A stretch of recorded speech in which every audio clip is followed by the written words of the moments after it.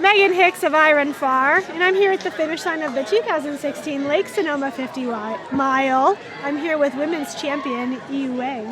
Hi. Hi. Congratulations. Thank you. You were fun to watch out there today. Oh, thank you so some much. people's runs are funner than others to watch. Yours was really fun. Thanks. Was it fun to run? It was really fun. I had a very fun day. My goal was to run happy, run within myself, Okay. and just put together, finally, a good 50-mile race. You've given 50 miles a shot before. Yes. Yeah. I've given this race a shot before. You've given this race a shot before. You were kind of in it for quite some time last year, but you rolled your ankle pretty bad. Yeah. I had surgery on my ankle a couple of years ago, so I'm still kind of really careful with Sensitive the about ankles that. and sensitive about it, and I rolled it on one of the ruddy sections. And actually this year, this spring, I've been working on ankle stability and proprioception and trying to be more confident on the muddy technical downhills. So as this race progressed today and the conditions kind of degraded as the rain set in, how did all of that work that you've been doing settle out? Did it come to use today? You know, I'm really glad that I came to the training run that was a couple of weeks ago, because the trails were actually much worse Then? because it had just rained tremendously for a month up until the training run, and between the training run and today it was totally dry. Hardly any rain until this morning. So actually during the training run we had to wade like through waist-high rivers, and John threatened we couldn't even run the south section trails because they were underwater. All the creeks were running. Today I'm like, the trail conditions are amazing. So I think it helped a lot to run when it was much messier out on the trails. And then today there really weren't any super questionable sections. If there were, it was pretty short. Okay. So the women's race went out really fast. At least Camille took it out really fast. And early on, she was many minutes in front of you, and then you were at times a couple minutes in front of the other women. What was that kind of like? It must have been a bit of a strange dynamic to be. I mean, you were running basically at course record pace, very close to it, but there was somebody just way ahead of you.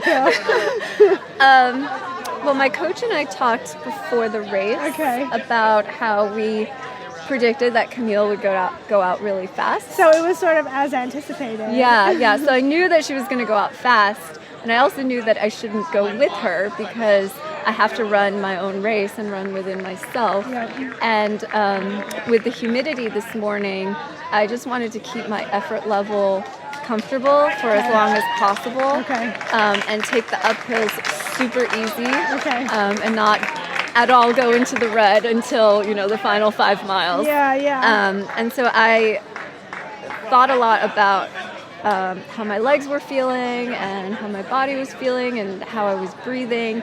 And I knew that if I would just be patient, given how demanding the course is, no matter how fast you go out, people always come back around halfway.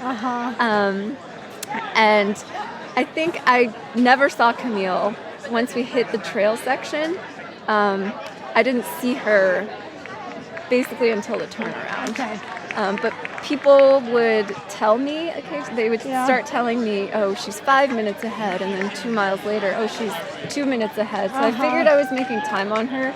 And then going down to the aid station at the turnaround, I saw her coming out on the little single track. So it was like I was super close at that point. And I figured I would probably catch her the next time we had a long climb because according to other people, she wasn't looking as good at that time. And so going back up to Madrone Point, at that point I could see her and just kind of reeled her in. Got it. And then once I was in front, I just focused on the trail right in front of me. Yeah. And I sang a lot of Taylor Swift songs to myself in my head because out loud or like literally just in my head. Okay. Because aside from a couple of miles where Paul Terranova was close to me, I didn't really have anyone to run with the whole race. So it was kind of lonely for some time, except me and Taylor. Hey, Tay. So did you ever, it was really interesting being up at the sort of hill before you dropped down to Madrone Point, because our reporter at the turnaround reported that you were still in second place by just a couple minutes, and so we kind of expected you to come first, and you kind of had a rambunctious group of people cheering for you as you made that climb, and it looked pretty cool. Like, it looked like you were real energized by it. You sped up, you kind of attacked the last little part of the hill. Was there an emotional component going on at that point? Definitely. So I live in Marin, and I run with the San Francisco Running Company team, and we do the Saturday morning runs, and so I have a lot of friends in Marin who are runners, Dylan and Alex, and also Devin Yanko is a really good friend and training partner of mine, and she is like the best cheer squad ever. You can hear her from so far away. And I was really psyched to hear my friends and how excited they were, and then just hearing like, "Oh, you look great," because I know Devin wouldn't say that if I didn't look great. You can count on her for honesty. And then my husband was out on the course crewing, so it was really nice to see him, even though we exchanged maybe one word at the aid station. It's the eye contact though, right? Yeah, and I think the best part was the last section where I heard everyone screaming because they saw me coming up the trail and you have to cross the road. Yeah. And that section can be so brutal, but to hear everyone, it just made it go by super fast. You've kind of built a name for yourself here in the Northern California trail running scene for your speediness in your legs at shorter distances, and many people have told me in the last year or so she's going to put it together for a longer race. She's going to put it together, but I don't know when. And we're not sure when she has to come to the mental place where she's ready to put it together too. Did you just go out this morning and say, we're gonna do it this time? I did think about that going into the race. A lot of what's helped me in the past couple months is I started working with Mario Fraioli as my coach, and he's now in charge of the long-term training, putting together the cycle of the weeks. The big model. Yeah, and so I don't obsess about it. And I also have a plan, and it's not like spur of the moment, whatever I feel like training. So I think that I was fit the past couple years, but not in the sense of actually focusing on a race and then having a good training cycle that's dedicated to one particular event or race. And I've also been very stubborn about fueling properly and hydrating all the pieces properly. Are slowly working into the fabric. Yeah, so to have a coach who's like, look, you need to eat and you have to drink, and this is how you should run your race, really helped me. Just so I'm not in my own head thinking about all the details, and also I like having someone knowledgeable to bounce ideas off of, to get inspiration from, and also just to be like, okay, yeah, I can do that. Awesome. Well, I have two final questions for you. First of all, there's this lovely golden ticket that gets waved in front of your face by winning a race like Lake Sonoma. How does it feel to have that dangling out there? Well, I knew it would be coming if I won. I need to think about it Uh-huh. because it's obviously a big decision, and it would definitely change a lot of other plans for the summer. Yeah.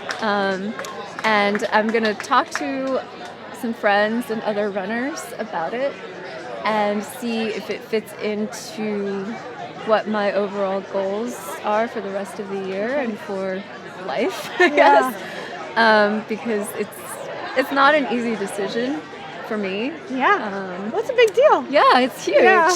You know, on the one hand, it's this amazing event, but on the other hand, it's 100 miles. And it's in not that long a time. Yeah, now. yeah. So the thing about this race being a golden ticket race is it's so close. Very, it's very only close. 2 months out. Yeah. Yeah, you win Bandera and you get more. Yeah, more time to think about it. Yeah, more time to ponder. Okay, and last question for you. Why are you the magic squid? So